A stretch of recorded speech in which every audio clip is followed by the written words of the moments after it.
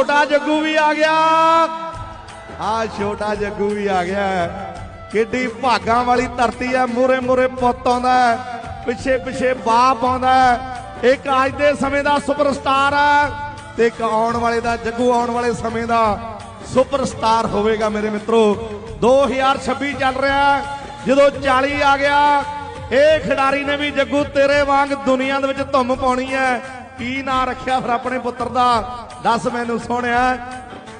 ਯੁਵਰਾਜ ਸਿੰਘ ਨਾਮ ਹੈ, ਜੂਬੀ। ਵਾਹ ਗੱਭਰੂਆ, ਤੈਨੂੰ ਪਾਪੇ ਵਾਲਾ ਕੋਈ ਐਕਸ਼ਨ ਆਉਂਦਾ ਜਦੋਂ ਜੱਫਾ ਲੱਗੇ ਕਰਦਾ, ਸਿਖਾਇਆ ਇਹਨੂੰ? ਹਾਂ ਕੀ ਬਾਤ ਹੈ। ਸਾਡਾ ਜਿਹੜਾ ਅਰਸ਼ ਆ ਨਾ ਚੋਲਾ ਸਾਹਿਬ ਦਾ, ਜਦੋਂ ਅਸੀਂ ਛੋਟੇ ਸੁਭ ਨੂੰ ਕਹਿੰਦਾ ਚੱਲ ਮਾਰ ਥਾਪੀ, ਆ ਭਾਗਾਂ ਵਾਲੇ ਬਾਪ ਹੈ ਜਿਨ੍ਹਾਂ ਦੇ ਪੁੱਤ ਨਾਲ ਆਉਂਦੇ ਆ। ਆ ਜੋੜੀ ਨੂੰ ਕਿਵੇਂ ਲੱਗਾ ਪਿਆਰ, ਕਿੰਨਾ ਚਾਹੀਦਾ? ਇੱਕ ਵਾਰੀ ਤਾੜੀ ਨਹੀਂ, ਤਾੜਾ